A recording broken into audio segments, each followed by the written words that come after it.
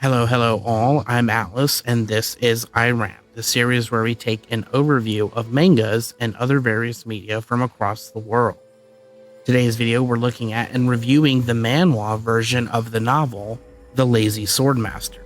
As a reminder, we follow certain rules with this series, which I'll reiterate now. Rule 1 is an overview. The series is meant to provide an overview, not a deep dive or a reading, which in most cases is illegal. Rule 2, legality. We don't discuss where to read these mangas beyond official sources. We won't mention any gray market or black market appropriation methods, meaning there's a blatant refusal to mention scanlation teams. Rule 3, the rating system. It should consist of the following ratings: story arcs, world building, and plot points. However, we do not rate art.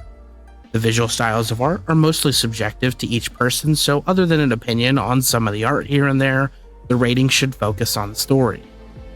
Rule 4, the video length. Video length should be, for the most part, around 10 minutes. Again, the point of the series is to give an overview. With the rules out of the way, I'll also say that if you guys have any suggestions for the next video, you can drop a comment down below or join my Discord and give a recommendation that way. While I have like 100 videos to make of all the manhwas and mangas that I've read, I'd love to see what others have to say and what they recommend. With that all said, let's jump in. As I mentioned a bit ago, today's manga overview is The Lazy Swordmaster. While I'll recuse myself from prematurely giving rating here, I will openly say that while the story is complete, it's definitely not complete, if you catch my drift. What happens when a warrior, burdened by the weight of his past, decides to live a life of leisure, only to be dragged back into the world of blood and steel? Today we're diving into The Lazy Swordmaster, as I mentioned a bit ago. This is a manhwa that blends action, mystery, and character growth in a unique way, and yet while having an overall great story, this story falls flat due to its lack of expansion of the side characters and sideline stories. Let's break it down.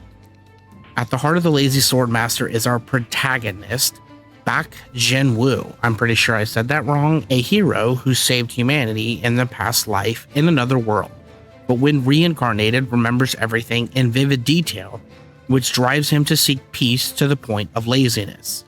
Riley, being born into a high-class noble family known for their immense power and sword mastery, is peak irony to him, and thus only exacerbates his want to remain lazy above all else.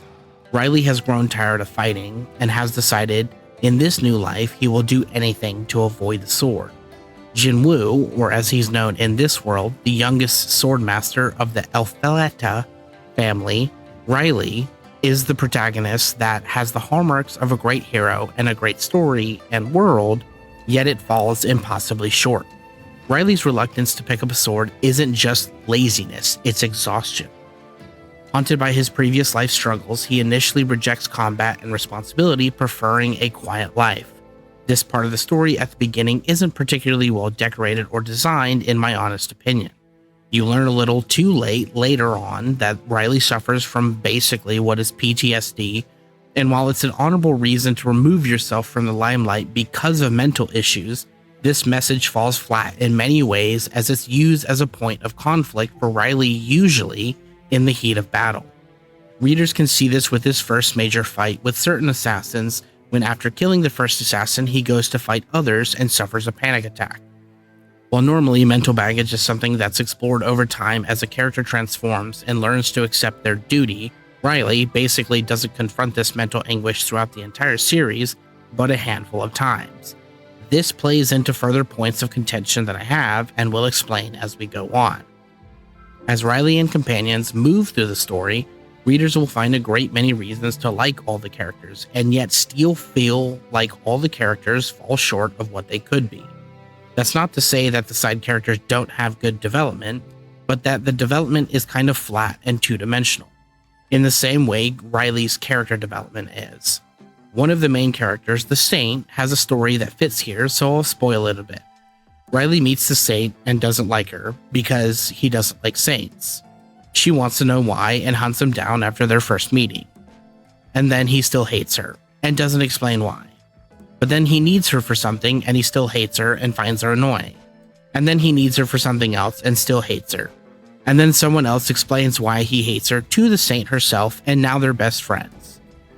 While yes, I'm obviously exaggerating here a little bit, this is more or less the saint and Riley's relationship development as main character stories. The same could be said for many of the side characters that end up playing a major role in the final act, and yet there's entire panels where they're just not around at all. Another good example is both of Riley's brothers in the main story. They eventually compete for succession, and Riley doesn't win the seat, which makes sense for a main character, honestly. However, the brother that does win, we literally never see again, and the brother that doesn't gets exiled, and then makes up with Riley before the main battle. He trains, becomes stronger, learns something about humility, and then he joins in the final battle, and kind of just gets sidelined, except for the two main characters. The Lazy Swordmaster, as a whole, plays into well-known tropes of the genre, and yet still somehow falls amazingly short of what it could be when it comes to the manhwa. With that said, let's go over the ratings.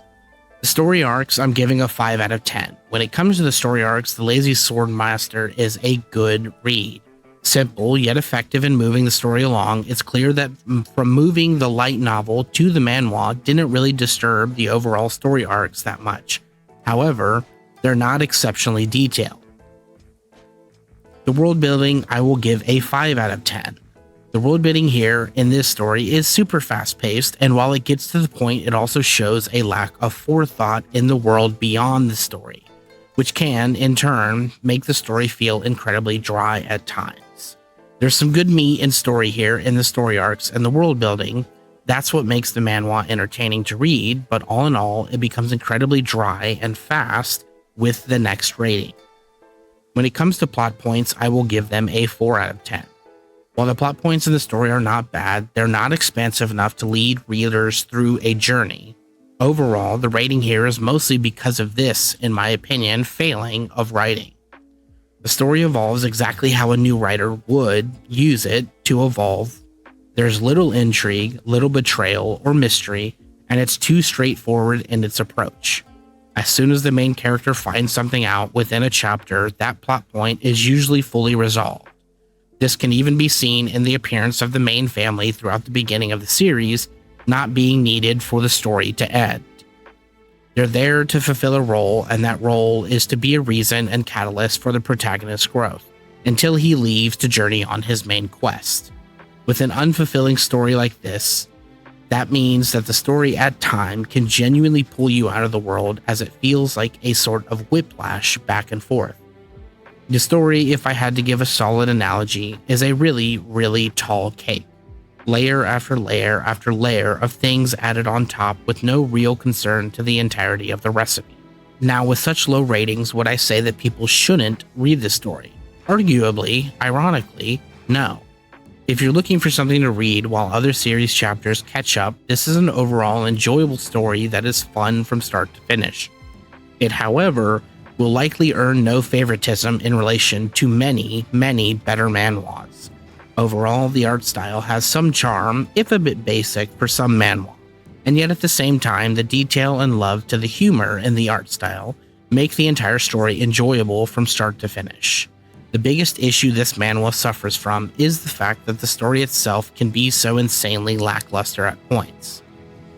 With that said, like the video if you like it, subscribe if you want to see more content like this, and if you would consider, support the channel by becoming a channel member. Join my Discord if you want to discuss topics like these, or if you just want to come and hang out. With that said, much love, have a good weekend, I'm Atlas, and I'll see you guys real soon.